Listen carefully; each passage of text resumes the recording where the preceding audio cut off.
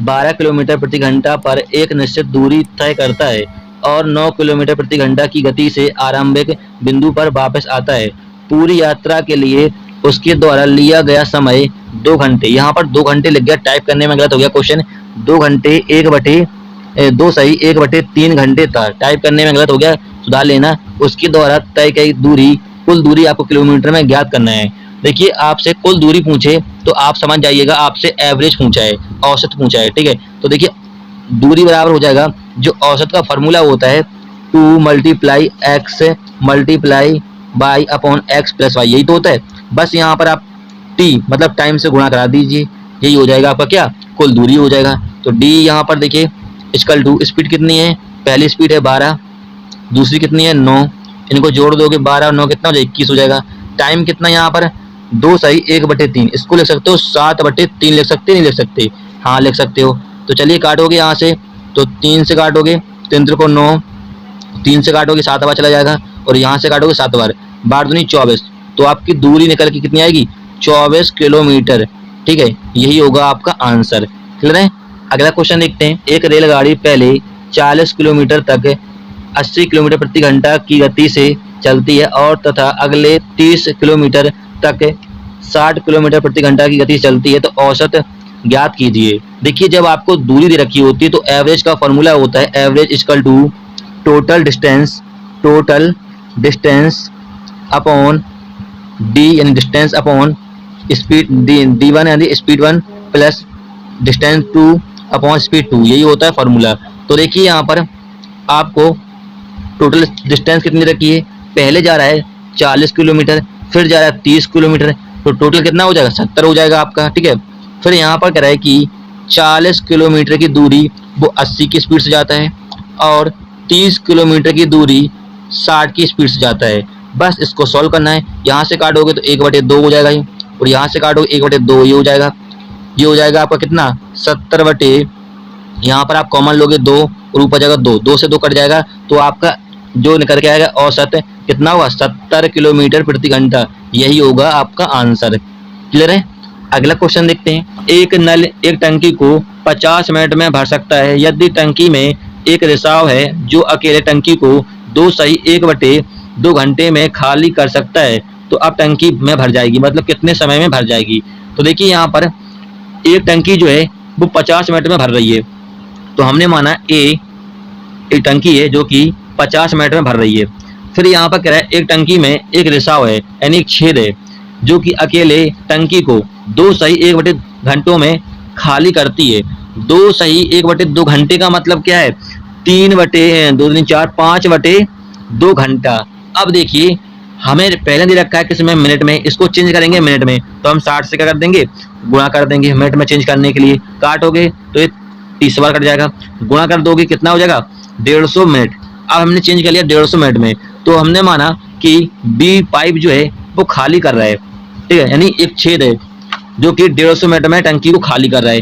अब इन दोनों का लीजिए आप लासा, तो आपका निकल के क्या आएगा टोटल वर्क निकल के आएगा, काम कितना है, ठीक है। टोटल टाइम कह सकते हो या टोटल वर्क कह सकते हो। फिर निकालेंगे इफिशियंसी। इफिशियंसी का मतलब होता है क्षमता, कितनी क्षमता से खाली कर रहे हैं भर रहे हैं। तो देखिए हम 50 और 150 का लेंगे लासा, कितना आएगा 150 ही आएगा, जो कि आपका क्या होगा टोटल वर्क होगा। अब हमें निकालना है एफिशिएंसी, तो यहाँ पर देखिए ए जो है वो 50 मिनट में क्या कर रहा है भर रहा है, 50 का भाग देंगे हम टोटल वर्क में, कितना 150 में भाग देंगे तो कितने बार जाएगा 3 बार जाएगा। ऐसे हम बी का देंगे भाग, बी जो है खाली कर रहा है 150 मिनट में, 150 का हम भाग देंगे 150 में 1 बार जाएगा। अब देखिए जो पाइप खाली करता है उसको रखते हैं माइनस में और जो भरता है उसको रखते हैं प्लस में। तो फिर यहाँ पर कह रहा है कि अब टंकी भर जाएगी, तो टंकी तो दोनों भर रहे हैं, यानी टंकी तो दोनों एक भर रहा है खाली कर रहा है, यानी दोनों चालू है, ए और प्लस क्या है चालू है, ठीक है, यानी कंटिन्यू काम कर रहे हैं अपना, पहला भर रहा है दूसरा खाली कर रहा है। तो दोनों का एफिशिएंसी कितनी है, तो देखिए यहाँ पर 3 है और यहाँ पर 1 है, तो आपका क्या हो जाएगा 3 में से 1 घटेगा कितना हो जाएगा 2 बचेगा। काम कितना है 150 है, 150 में हम भाग दे देंगे 2 का, क्यों देंगे क्योंकि ए और बी का एफिशिएंसी कितनी है 2 है, 2 का भाग देंगे कितना हो जाएगा 75 मिनट, करेक्ट आंसर हो जाएगा। 75 मिनट को लिख सकते हो आप लोग क्या 1 घंटा 15 मिनट, तो ऑप्शन में ये भी दे सकता होगा आपको, ठीक है, या फिर ये दिया होगा, जो भी दिया होगा आपका आंसर हो जाएगा 1 घंटा 15 मिनट दिया होगा या फिर आपको 75 मिनट दिया होगा डायरेक्ट। अगला क्वेश्चन देखते हैं। 25 बैग का औसत 55 किलोग्राम है। एक बैग का भार 65 की बजाय 56 के रूप में गलत पढ़ लिया गया था, तो सही औसत मान क्या होगा। देखिए यहाँ पर आपको कैलकुलेशन छोटी करने के लिए आपको शॉर्टकट ट्रिक बताता हूँ। तो यहाँ पर कह रहा है कि 55 किलोग्राम जो है औसत है 25 बैग का, ठीक है। फिर देखिए यहाँ पर कह रहा है 65 की बजाय कितना पढ़ लिया, 56 पढ़ लिया, यानी कम, यानी माइनस लगाएंगे यहाँ पर कितना। अब देखिए 65 और 56 का अंतर देखिए कितना अंतर है, 9, तो 9 लिखेंगे। अब यहाँ पर बैग कितने थे, 25 बैग थे, तो यहाँ पर हम 25 इसी में भाग देंगे, पूरे में भाग नहीं देंगे। देखिए एक ट्रिक और होती है, लेकिन आपकी उससे कैलकुलेशन बढ़ जाएगी, ठीक है। तो यहाँ पर आप भाग दोगे, चलिए भाग देते हैं। 25 का भाग दीजिए 9 में, कितने बार जाएगा, 0.25 तिया 75, कितना बचा आपका 15, 0, और ये कितने बार जाएगा, 6 बार जाएगा आपका, तो कितना आ गया 0.36 आ गया। अब इसको हम क्या कर देंगे, माइनस कर देंगे 55 में से, तो 55 में से घटाओगे तो क्या बचेगा आपका, यहाँ पर बचेगा 54.4 और यहाँ पर 6, तो 54.64 आपका क्या हो जाएगा, करेक्ट आंसर हो जाएगा। अगला क्वेश्चन देखते हैं। और अधिकतम संख्या ज्ञात कीजिए जिससे 391 तथा 318 को विभाजित करने पर क्रमशः 7 तथा 6 शेषफल प्राप्त होता है। तो देखिए यहाँ पर करें अधिकतम संख्या। देखिए जब भी आपसे कहे कि बड़ी से बड़ी संख्या ज्ञात कीजिए या अधिकतम संख्या ज्ञात कीजिए, तो आपको समझ लेना है मासा ज्ञात करना है, ठीक है। तो देखिए यहाँ पर कह रहा है कि शेषफल कितना बच रहा है, 7 और 6। तो देखिए दो संख्या दे रखी है, एक दे रखी है आपको कितनी 391, शेषफल कितना बच रहा है 7, तो 7 हम घटा देंगे इसमें से। दूसरी कौन सी संख्या है, दूसरी संख्या आपकी 318 है, शेषफल कितना बच रहा है 6 इसमें से घटा देंगे, ठीक है। तो घटाओगे यहाँ पर आपका 4, 384 बचेगा, और यहाँ पर क्या बचेगा आपका 312 बचेगा। अब यहाँ पर देखिए 384 और 312 का लेंगे हम लासा, सॉरी मासा, क्योंकि हम मासा लेना है, ठीक है। तो देखिए मासा लेने का सबसे अच्छा ट्रिक बताया है मैंने आपको कि इन दोनों का देखिए अंतर, क्या देखिए अंतर कितना है 72। क्या 72 से ये दोनों संख्या कट जाएंगी, नहीं कटेंगी। अब हम लिखेंगे 2 के मल्टीपल में, तो इसको ले सकते हो 72 को आप 2 × 36 लिख सकते, नहीं लिख सकते, हाँ लिख सकते हो। तो 36 से क्या ये दो संख्या कट जाएंगी, 384 और 312 नहीं कटेंगी। अब लिखेंगे 3 के मल्टीपल में हम, तो इसे ले सकते हो आप लोग 3 × 24 लिख सकते हो 72 को, हाँ लिख सकते हो। क्या ये 24 से दोनों संख्या कट सकती हैं, 384 और 312, हाँ कट जाएंगी। तो यही हो जाएगा आपका मासा 24, यही होगा आपका मासा, करेक्ट आंसर हो जाएगा। क्लियर है, ये होती है शॉर्टकट ट्रिक। नहीं तो आप ऐसा कर सकते हो 312 का भाग दीजिए 384 में, देते जाइए जब तक पूरा ना कट जाए, ठीक है। इसमें क्या होता है, टाइम वेस्ट होता है। अगला क्वेश्चन देखते हैं। 2 वर्ग m और तथा n के विकर्ण 2:1 के अनुपात में है, उनके क्षेत्रफलों का अनुपात ज्ञात कीजिए। तो देखिए यहाँ पर m और n का जो विकर्ण के अनुपात है क्या दे रखा है आपको, 2:1 दे रखा है। तो देखिए वर्ग का जो विकर्ण होता है वो क्या होता है, a√2 होता है, ठीक है। तो हमें 2 दे रखी है यहाँ पर, तो हम मान लेते हैं इसको a1 = 2 मान लेते हैं। तो यहाँ पर a1 बराबर 2/√2 हो जाएगा, ठीक है। ऐसे हम इसको मानेंगे। एक विकर्ण मान लेते हैं a2 √2 = 1, तो ये हो जाएगा a2 1/√2। अब यहाँ पर दोनों a1 और a2 के मान निकल के आ गए, तो हम निकाल सकते हैं क्षेत्रफल क्या होता है वर्ग का क्षेत्रफल होता है a² होता है, क्या होता है a²। तो इसको मानेंगे a1 का स्क्वायर = a2 का स्क्वायर, ठीक है। तो चलिए यहाँ पर a1 का मान कितना है, 2/√2 का होल स्क्वायर हो जाएगा, और यहाँ पर हो जाएगा आपका क्या 1/√2 का होल स्क्वायर हो जाएगा। तो यहाँ पर बचेगा 4/2 और यहाँ पर बचेगा 1/2। तो देखिए यहाँ से 2 से 2 कट जाएगा, और यहाँ पर हो जाएगा क्या 4:1, यही होगा आपका करेक्ट आंसर, उनके क्षेत्रफल का अनुपात। क्लियर है। एक निश्चित राशि का परिपक्वता मूल्य 20% वार्षिक दर से 2 वर्षों के लिए कितना 14,400 रुपए हो जाता है, तो वार्षिक रूप से संयोजित मूलधन ज्ञात कीजिए। बस फॉर्मूला वैल्यू पुट करना था। फॉर्मूला क्या होता है, A = P1 + R/100 का होल स्क्वायर, ठीक है। तो यहाँ पर देखिए अमाउंट कितना दे रखा है आपको, 14,400 हो जाती का मैंने आपको कई बार बताया है कि अमाउंट होता है वो, ठीक है। तो 14,400, ठीक है। प्रिंसिपल आपको ज्ञात करना है मूलधन। रेट परसेंट कितना है हमारा 20 दे रखा है दर, ठीक है। और टाइम कितना है 2 वर्ष के लिए कह रहा है, तो हमने इसलिए यहाँ पर 2 वर्ष, यहाँ पर टी था, यहाँ पर 2 वर्ष होगा। चलिए यहाँ पर काटोगे तो ये पूरा 5 से कट जाएगा। यहाँ पर एलसीएम लोगे तो ये हो जाएगा 14,400 इक्वल टू पी, और यहाँ पर क्या बचेगा आपका 6/5, क्योंकि हमने एलसीएम लिया, 5 एलसीएम आएगा और 6/5 का होल स्क्वायर हो जाएगा। डायरेक्ट कर दिया यहाँ पर, क्योंकि यहाँ पर टाइम ज़्यादा वेस्ट होता है। तो 14,400 पी, 6 का होल स्क्वायर कितना होता है 36 होता है, 5 का 25 होता है। काटोगे यहाँ से तो 12 से काट दिए 12 है 36, और 12 गुणित 12 कितना, 44 होता है। 3 से काटोगे 4 कट जाएगा, 25 का गुणा कर दोगे तो क्या हो जाएगा पी इक्वल टू 25 को 100 और 2 जीरो कहें थी, कितना हो जाएगा 10,000। 10,000 क्या होगा आपका प्रिंसिपल होगा, यही आपसे पूछा था। अगला क्वेश्चन देखते हैं। अगला क्वेश्चन पूछा गया था 20 वस्तुओं वाले एक बॉक्स को 20% की छूट देने के बाद 64 रुपए में खरीदा गया, प्रत्येक वस्तु का मूल्य ज्ञात कीजिए। देखिए इस क्वेश्चन को थोड़ा घुमाया हुआ है, अभी मैं आपको बताता हूँ। तो यहाँ पर कह रहा है 20% छूट के बाद, तो 20% छूट दी उसने, तो हमने माना क्रय मूल्य कितना है, कॉस्ट प्राइस 100 है, ठीक है। 20% छूट दी तो हमने बताया छूट की बात हो तो 100 से आपको घट जाना है, 20 घटा दो कितना होगा 80 बचेगा। ऊपर होता है आपका सेलिंग प्राइस, जो नीचे होता है कॉस्ट प्राइस, यानी इसे बोलते हैं क्रय मूल्य, ठीक है। अब यहाँ पर कह रहा है कि 6400 रुपए में खरीदा गया। खरीदा गया का मतलब है एक व्यक्ति ने बेचा होगा और दूसरे ने खरीदा होगा, तो यहाँ पर लिखा जरूर है खरीदा गया, लेकिन ये क्या नहीं है, क्रय मूल्य नहीं है आपका, लागत मूल्य नहीं है, ये आपका सेलिंग प्राइस है। क्या है, सेलिंग प्राइस। कुछ लोगों ने जल्दबाजी में आकर क्या मान लिया होगा, इसे क्रय मूल्य मान लिया होगा। ये आपका क्या है, सेलिंग प्राइस है। तो हमारा सेलिंग प्राइस कितना है 80 है, तो 80 प्रेजेंट करेगा किसको 6400 को। क्लियर है। फिर देखिए यहाँ से काटोगे तो 0 से 0 कट जाएगा, 8 से काटोगे 8 × 64 और यहाँ पर गुणा कर दोगे तो आपका क्रय मूल्य निकल के कितना आ जाएगा 8000 आ जाएगा, ठीक है। अब आपसे पूछा है कि 20 वस्तुओं वाले एक बॉक्स को, मतलब एक बॉक्स को बेचा गया था, ठीक है, लेकिन आपसे पूछा है प्रत्येक वस्तु का मूल्य। तो वस्तुएं कितनी थी 20 थी, तो 20 से क्या कर देंगे भाग दे देंगे, काटोगे तो यहाँ से कितना बार कटेगा 400 बार, 400 आपका होगा प्रत्येक वस्तु का मूल्य। यही आपसे पूछा था, करेक्ट आंसर होगा। अगला क्वेश्चन देखते हैं। अगला क्वेश्चन पूछा गया था, इसका आपको लासा ज्ञात करना था। लासा ज्ञात सभी को करना आता ही होगा, तो इस क्वेश्चन का आंसर कमेंट में देंगे क्या होगा इसका आंसर। अगला क्वेश्चन देखते हैं।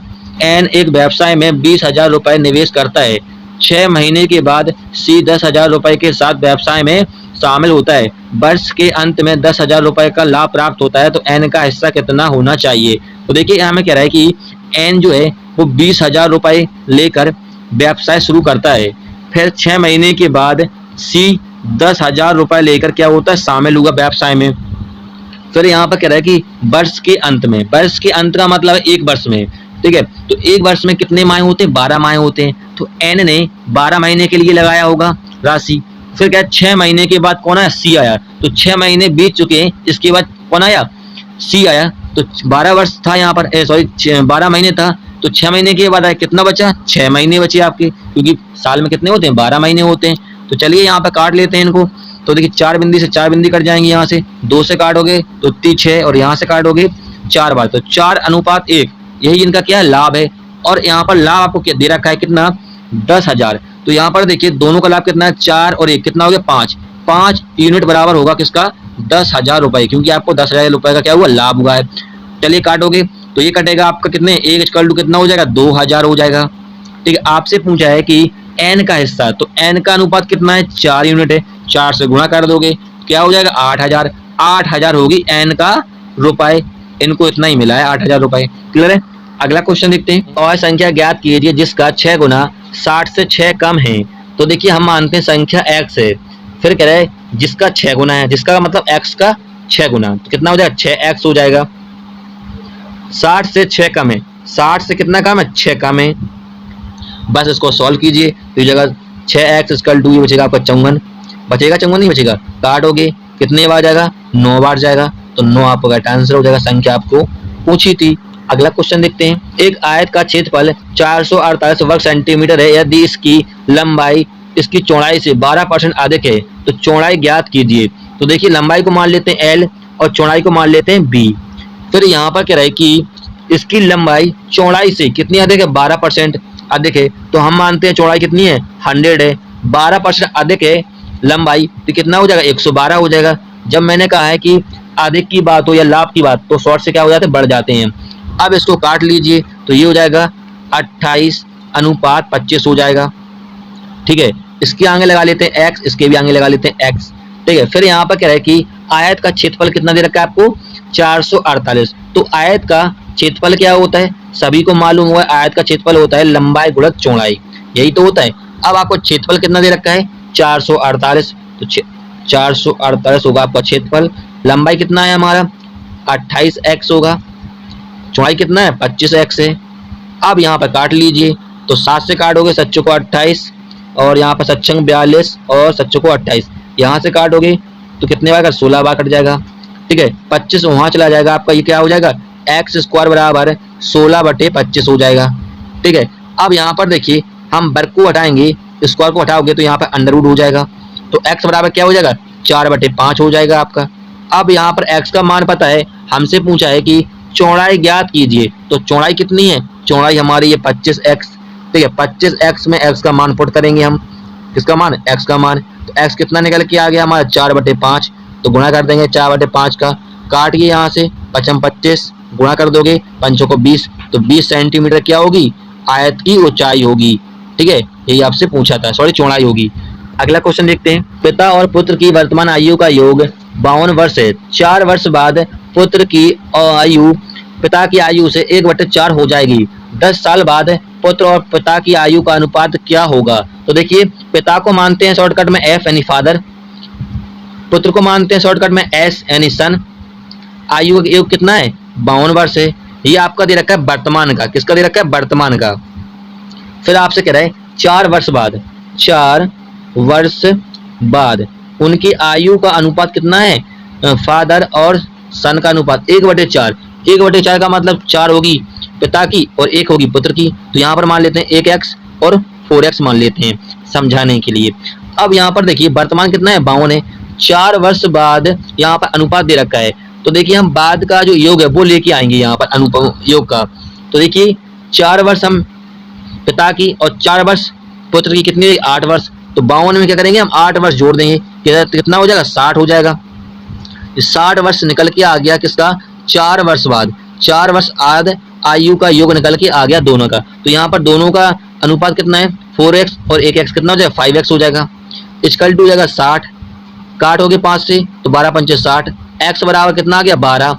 अब देखिए x का मान 12 है, तो यहाँ पर पुट कर दोगे तो देखिए पुत्र की आयु 12 हो जाएगी और यहाँ पर हो जाएगी 48। ये जो निकल के आयु आई है ये आपकी 4 वर्ष बाद आई है, लेकिन हमसे पूछा है 10 साल बाद, 10 वर्ष बाद की पूछी है। तो देखिए 4 वर्ष बाद तो दे रखा है हमें, 10 वर्ष की पूछी है, तो 6 वर्ष इसमें जोड़ेंगे, 6 वर्ष इसमें, तो हम 10 वर्ष की निकाल लेंगे। तो देखिए जोड़ेंगे पिता कितनी हो जाएगी 54 हो जाएगी, पुत्र की कितनी हो जाएगी 18, क्योंकि 12 दे रखी थी, 6 वर्ष बाद और कर देंगे कितना हो जाएगा 18 हो जाएगा। अब देखिए पुत्र और पिता की आयु का अनुपात, पुत्र और पिता की आयु का अनुपात पूछा है, तो पुत्र की आयु कितनी है 18 है, पिता कितनी 54 है, काट दोगे 18 से 54, 1:3 करेक्ट आंसर हो जाएगा। क्लियर है। अगला क्वेश्चन देखते हैं, ए और बी क्रमशः 52,500 रुपए और 1,12,500 रुपए का निवेश करके एक व्यापार शुरू करते हैं। यदि इस लाभ में बी का हिस्सा 9,000 रुपए है तो एक का ए द्वारा प्राप्त लाभ ज्ञात कीजिए। तो देखिए यहाँ पर ए और बी का जो निवेश किया है इन्होंने राशि वो दे रखा कितना, ए का है कितना 92,500 और बी का कितना है 1,12,500। अब देखिए बी को जो लाभ हुआ है कितना हुआ है 9,000 का। ठीक है, तो देखिए जो लाभ होता है उसको हमेशा रखते हैं ऊपर, किस पर हुआ है बी पर, तो बी को नीचे रखेंगे 1,12,500। हमें ज्ञात किसका करना है ए का लाभ ज्ञात करना है, ए का मल्टीप्लाई कर देंगे 92,500 से, बस इसको काटना है आपको, 2 बिंदी से 2 बिंदी कट जाएंगी, 5 से काटोगे 5 × 5 क्या बचा 4, 8 × 40, 5 × 25 और यहाँ से काटोगे 5 दूनी 10, 5 दूनी 5 × 25। अब फिर काट के यहाँ से 5 से तो ये कटेगा 5 या 15, 5 से 35 और यहाँ से काटोगे 5 को 20, 5 × 25 यहाँ से काट दोगे 45 दूनी 90, गुणा कर दोगे तो क्या हो जाएगा यहाँ पर 0 0, 7 दूनी 14, 1 हासिल 3 दूनी 6 और 1 7, तो 7400 लाभ होगा ए को, यही आपसे पूछा था। क्लियर है। अगला क्वेश्चन देखते हैं। अगला क्वेश्चन है, यदि आयत की प्रत्येक भुजा को 11% से कम किया जाता है तो इसका क्षेत्रफल कितने से कम होगा। तो आप देखिए इसमें डायरेक्ट रामबाण फार्मूला लगा दिए। रामबाण फार्मूला क्या होता है a + b + a × b/100। मैंने कई बार बताया आपको ये वाला फार्मूला। तो देखिए यहाँ पर आयत की भुजा कितनी होती है, लंबाई गुणा चौड़ाई, ये दो तो होती हैं, तो यहाँ पर लंबाई भी क्या 11 है और चौड़ाई भी क्या है 11, इन दोनों में क्या हो रही है 11% की कमी हो रही है। तो देखिए यहाँ पर रखो 11 प्लस 11 मल्टीप्लाई 11 अपॉन 100, ठीक है। तो देखिए इसको जोड़ोगे कितना हो जाएगा, ये 22 हो जाएगा आपका। और यहाँ पर देखिए 11 गुणा 11 कितना होता है 121 होता है, लेकिन नीचे 100 रखा है तो 2 अंक के बाद क्या लगेगा, दशमलव लग जाएगा। इसको जोड़ो कितना हो जाएगा 23.21, यही होगा क्या आपका, इसके क्षेत्रफल में क्या हुआ कमी होगी इतनी की 23.21 की, यही आपका करेक्ट आंसर हो जाएगा। बेलन का व्यास 7 सेंटीमीटर है और इसकी ऊंचाई 16 सेंटीमीटर है। टी इक्वल टू 22/7 का मान प्रयोग करने पर बेलन का पार्श्व पृष्ठीय क्षेत्रफल ज्ञात कीजिए। तो देखिए यहाँ पर कह रहा है कि बेलन का व्यास का कितना है 7 सेंटीमीटर है। तो देखिए त्रिज्या बराबर क्या होता है व्यास अपॉन 2, तो यहाँ से हम निकाल पाएंगे त्रिज्या, ठीक है। तो व्यास कितना है 7 है अपॉन 2, इसको ऐसे लेने देते हैं, ये आ गया आपका त्रिज्या निकल के 7/2।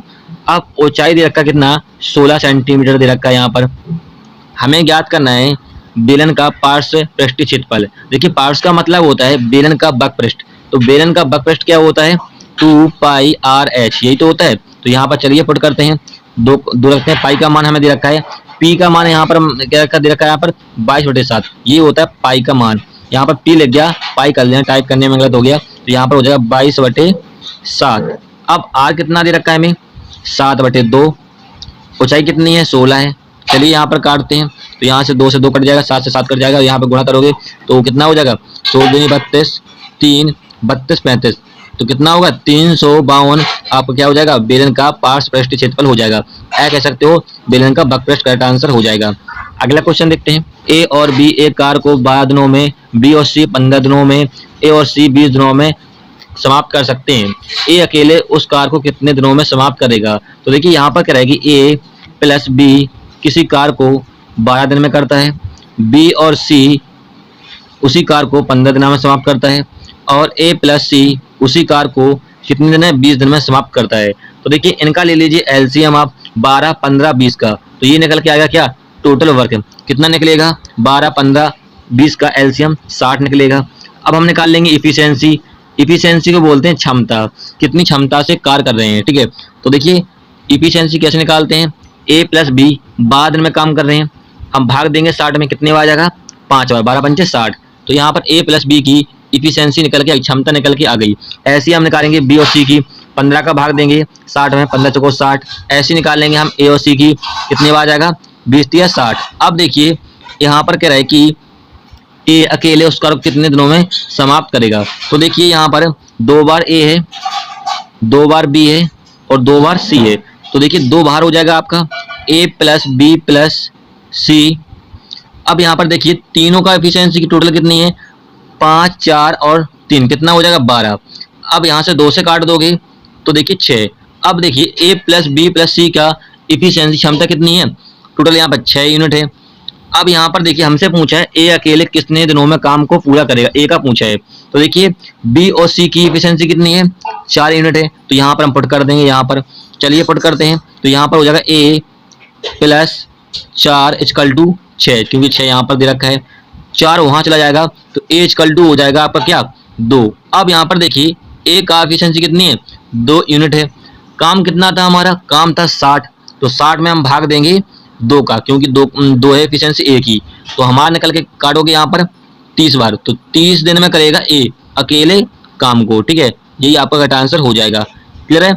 अगला क्वेश्चन देखते हैं, यदि विक्रय मूल्य 84 रुपए है और लाभ प्रतिशत 20% है तो क्रय मूल्य की गणना कीजिए। तो देखिए यहाँ पर कह रहा है कि 20% लाभ होता है, तो हमने माना क्रय मूल्य 100 है, कॉस्ट प्राइस हमने माना 100 है क्रय मूल्य, ठीक है।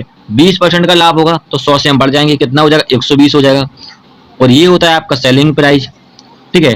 इनको थोड़ा सा काट लीजिए 0 से 0, यहाँ पर हो जाएगा 12/10। अब आपका ऊपर सेलिंग प्राइस 12 है और नीचे है आपका कॉस्ट प्राइस मतलब क्रय मूल्य 10 है, और हमें यहाँ पर विक्रय मूल्य दे रखा है कितना 84 रुपए, हमारा कितना है 12 प्रेजेंट करेगा इसको 84 को, काट दोगे 12 से 84 और यहाँ पर 10 से गुणा कर दोगे तो आपका कॉस्ट प्राइस नहीं क्रय मूल्य करके आ जाएगा, कितना आ जाएगा 10 सतह 70, ये आपका करेक्ट आंसर हो जाएगा, 70 रुपए क्रय मूल्य होगा।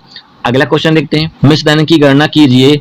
यदि 400 रुपए 2 वर्षों के लिए 5 वार्षिक दर से चक्रवृद्धि ब्याज पर निवेश किया जाता है तो आपको अमाउंट ज्ञात करना है। तो बस फॉर्मूला में वैल्यू पुट करना था। फॉर्मूला क्या होता है ए इक्वल टू पी 1 + r/100 और टाइम। देखिए हम यहाँ पर डायरेक्ट भी कर सकते हैं, लेकिन आपको समझाने के लिए फॉर्मूला लिखते हैं।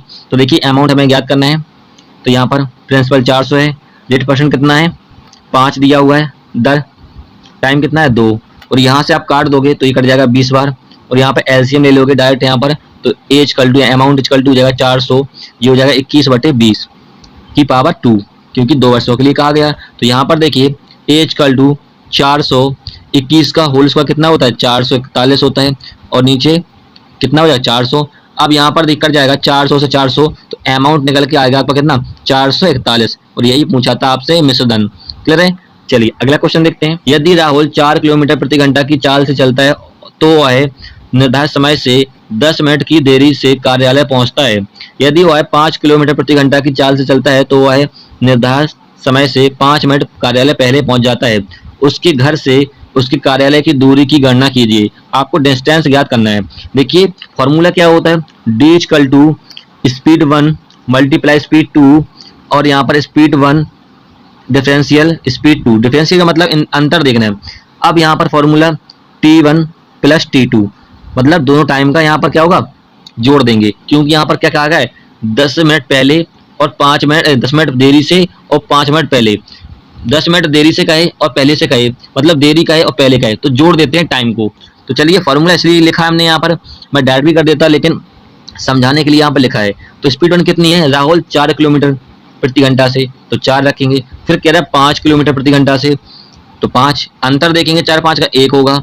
अब टाइम यहाँ पर देखिए 10 मिनट देरी से पहुंचता है, तो कितना है 10, 5 मिनट पहले पहुंच जाता है, तो 5 कितना हो जाएगा 15 हो जाएगा।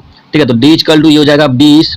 अब यहाँ पर देखिए 15 जो है वो मिनट में दे रखा है आपको, ठीक है, और स्पीड जो है वो आपको दे रखी है किसमें, किलोमीटर प्रति घंटा में। तो हम जो टाइम दे रखा है उसको चेंज करेंगे घंटा में। घंटा में चेंज करने के लिए क्या करते हैं 60 से भाग देते हैं, तो यहाँ 15 चौको 60, और यहाँ से काटोगे तो 5 बार, तो दूरी निकल के कितनी आएगी 5 किलोमीटर, ये आपकी दूरी होगी। करेक्ट आंसर हो जाएगा। क्लियर है? देखिए यहाँ पर कहा गया है 5 मिनट पहले और 10 मिनट देरी से, तो जोड़ देते हैं। यदि यहाँ पर कहता है 10 मिनट देरी से और यहाँ भी कहता है 5 मिनट देरी से, तो हम घटा देते हैं स्पीड को, सॉरी टाइम को। ठीक है, चलिए अगला क्वेश्चन देखते हैं। ए और बी क्रमशः 12 और 16 मिनट में एक टैंक को भर सकते हैं।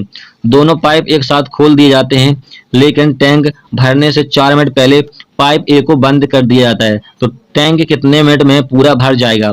तो देखिए यहाँ पर कह रहा है ए जो है 12 मिनट में भर रहा है टैंक को, बी जो है वो कितने मिनट में 16 मिनट में भर रहा है। तो देखिए यहाँ से निकालेंगे क्या, टोटल वर्क निकाल लेंगे और इफिशियंसी निकालेंगे, कितनी क्षमता से भर रहे हैं। तो देखिए आप 12 और 16 का ले लीजिए एलसीएम, या फिर इनको माने माने में काटिए, जैसे कि 4 के पास से दोनों कट जाएंगे, 4 तिया 12 और 4 को 16। ये क्या होते हैं इफिशियंसी का उल्टे होते हैं, टाइम का क्या होते हैं उल्टे होते हैं। तो 4 यहाँ हो जाएगा और 3 इधर हो जाएगा। ठीक है, ये देखिए ए जो है वो 12 मिनट में टैंक को भर रहा है।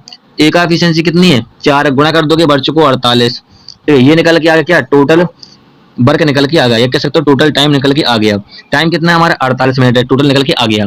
अब यहाँ पर कह रहा है कि दोनों पाइप को एक साथ खोल दिया था, यानी ए प्लस बी दोनों पाइप को एक साथ खोल दिया जाता है, लेकिन टैंक भरने से 4 मिनट पहले पाइप ए को बंद कर दिया जाता है। तो देखिए पाइप ए को बंद कर रहा है 4 मिनट पहले, तो ए का एफिशिएंसी कितनी है 4 है, तो 4 से गुणा कर देंगे। क्यों कर देंगे, क्योंकि 4 मिनट पहले बंद कर रहा है, कितना हो जाएगा 16 हो जाएगा। अब देखिए टोटल यहाँ पर क्षमता कितनी है 48 है, कितना है 48 है टोटल, मतलब वर्क कितना है 48 है।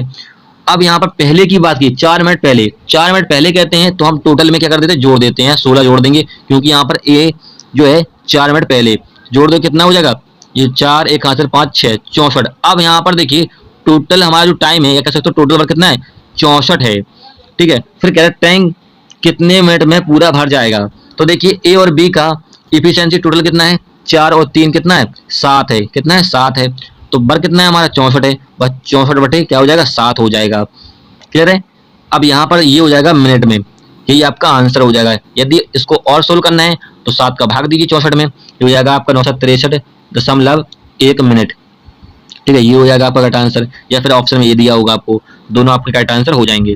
अगला क्वेश्चन देखते हैं। ईटेस ने 6 वर्षों के लिए 5% साधारण ब्याज पर ऋण लिया। यदि भुगतान किया गया कुल ब्याज 615 रुपए है, तो मूलधन की गणना कीजिए। आपको प्रिंसिपल ज्ञात करना है, बस फॉर्मूला में वैल्यू पुट करना था।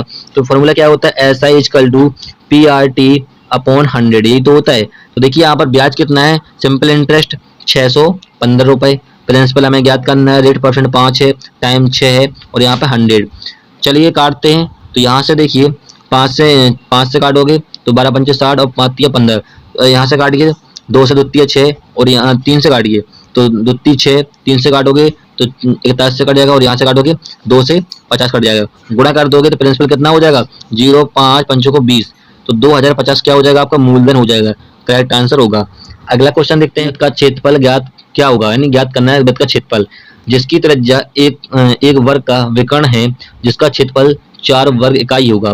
तो एक ही यहाँ पर कह रहा है जिसकी त्रिज्या, यानी वृत्त की त्रिज्या क्या होती है, r होती है, एक वर्ग का विकर्ण है, एक वर्ग के विकर्ण के बराबर, इसका मतलब ये है। ठीक है, तो वर्ग का विकर्ण क्या होता है, a√2 होता है। ठीक है, फिर यहाँ पर क्या है कि जिसका क्षेत्रफल 4 वर्ग इकाई है। वर्ग की बात कर दे तो आपका क्या कह रहा है, एक वर्ग का क्षेत्रफल क्या होता है, a² होता है, और ये दे रखा है कितना आपको, 4 दे रखा है। तो a बराबर क्या हो जाएगा आपका, यहाँ पर रूट हो जाएगा और यहाँ से कट जाएगा, तो क्या हो जाएगा, a बराबर 2। अब a का मान यहाँ पर पुट कर दोगे तो क्या हो जाएगा, त्रिज्या बराबर करोगे 2√2, यही तो हो जाएगा। अब हमें यहाँ पर त्रिज्या मालूम हो गई, हमें ज्ञात करना है वृत्त का क्षेत्रफल। वृत्त का क्षेत्रफल क्या होता है, πr² होता है। तो चलिए पुट कर लेते हैं, पाई का मान जब होते हैं ऐसे ही रख देते हैं पाई को, और यहाँ पर पुट करोगे तो 2√2 का होल स्क्वायर कर देते हैं। ठीक है, तो ये हो जाएगा पाई, ये हो जाएगा आपका 4 × 2, तो क्या हो जाएगा 8 पाई। 8 पाई क्या होगा, करेक्ट आंसर हो जाएगा, ये होगा आपका वृत्त का क्षेत्रफल। यदि आपको पाई का मान रखना है तो 22/7 होता है पाई का मान भी रख सकते हो, ऑप्शन में जैसा दिया होगा वो आप वैसा कर सकते हो। कि 18 सेकंड 2 घंटे का कितना भाग है, 18 सेकंड जो है वो 2 घंटे कितना भाग है। तो देखिए 18 सेकंड को लिखोगे ऊपर, यहाँ पर क्या 2 घंटे का, तो 2 घंटे। अब देखिए 1 घंटे में कितने मिनट होते हैं, तो 60 मिनट होते हैं, और 1 मिनट में कितने सेकंड होते हैं, 60 सेकंड होते हैं। हमने सेकंड में क्यों किया, क्योंकि यहाँ पे सेकंड में दे रखा है। तो चलिए यहाँ से काटते हैं, तो 2 से काटोगे 9 बार कटेगा, 3 से काटोगे 3 को 9, और यहाँ से 20 बार, और यहाँ से काटोगे ये 20 बार कट जाएगा। तो क्या हो जाएगा 1/400, ये होगा करेक्ट आंसर आपका। ठीक है, अगला क्वेश्चन देखते हैं, यदि कक्षा ए में 40 छात्रों का औसत 10 वर्ष है और कक्षा 2 में 30 छात्रों का औसत 12 वर्ष है, तो सभी छात्रों की औसत आयु वर्षों में ज्ञात कीजिए। ठीक है, तो सभी की ज्ञात करना है। तो यहाँ पर कह रहा है 40 छात्रों का 10 वर्ष है औसत, फिर कह रहा है कि 30 छात्रों का औसत कितना है, 12 है, सभी को ज्ञात करना है। तो सभी कितने होंगे छात्र आपके, तो देखिए 40 इधर है और 30 इधर है, कितना 70 का औसत ज्ञात करना है। तो चलिए यहाँ से हो जाएगा आपका, गुणा करोगे 400 प्लस 32/70 जोड़ दोगे, यहाँ पर क्या हो जाएगा 067/70। ठीक है, वही तो होगा, काटोगे आप 7 का भाग दीजिए, 76 में 10 बार जाएगा, फिर दशमलव 60856, ये हो जाएगा करेक्ट आंसर। और भी देना हो तो वो भी और भी भाग दे सकते हो यहाँ पे, लेकिन आपका ये ऑप्शन में दिया होगा। अगला क्वेश्चन देखते हैं, 2001 में चीनी का उत्पादन 1584 मिलियन किलोग्राम है, जो 1951 में चीनी के उत्पादन से कितना अधिक है, 20% अधिक है। तो 1951 में चीनी का उत्पादन मिलियन किलोग्राम में ज्ञात कीजिए। तो देखिए यहाँ पर आपको कह रहा है कि 2000 का आपको दे रखा है, 2001 में कितना था चीनी का उत्पादन, 1584 था, लेकिन 1951 में कितना था, 20% अधिक हुआ 2001 में। ठीक है, तो देखिए यहाँ पर 20% अधिक हुआ, तो 20% को क्या लिख सकते हैं हम लोग, 20/100 लिखते हैं, काटोगे कितना हो जाएगा 1/5। अब यहाँ पर कह रहा है 20% अधिक की बात हो तो 5 में 1 को जोड़ देना है, क्या हो जाएगा 6/5, और 6 को ऊपर लिखना है आपको। अब यहाँ पर देखिए जो 2001 का है वो ऊपर दे रखा है आपको, और 1991 का जो है वो नीचे दे रखा है। अब यहाँ पर देखिए 2001 का उत्पादन कितना है, 1584, और हमारा देखिए 6 प्रेजेंट करेगा किसको, 1584 को। काटिए यहाँ से, काटोगे यहाँ से तो 6 दूनी 12, 3 बचेगा यहाँ पर, और 3 जाएगा तो यहाँ पर क्या बचेगा 6 36, और 6 को 24। यहाँ पर गुणा कर दोगे तो आपका 1991 का कितना उत्पादन हुआ चीनी का वो निकल के आएगा। गुणा कीजिए 5 का 264 में, 5 को 20, 2 30, 32 3, और यहाँ पर 10 3 13, तो ये हो जाएगा 1320। करेक्ट आंसर होगा, यही होगा आपका मिलियन किलोग्राम में। ठीक है।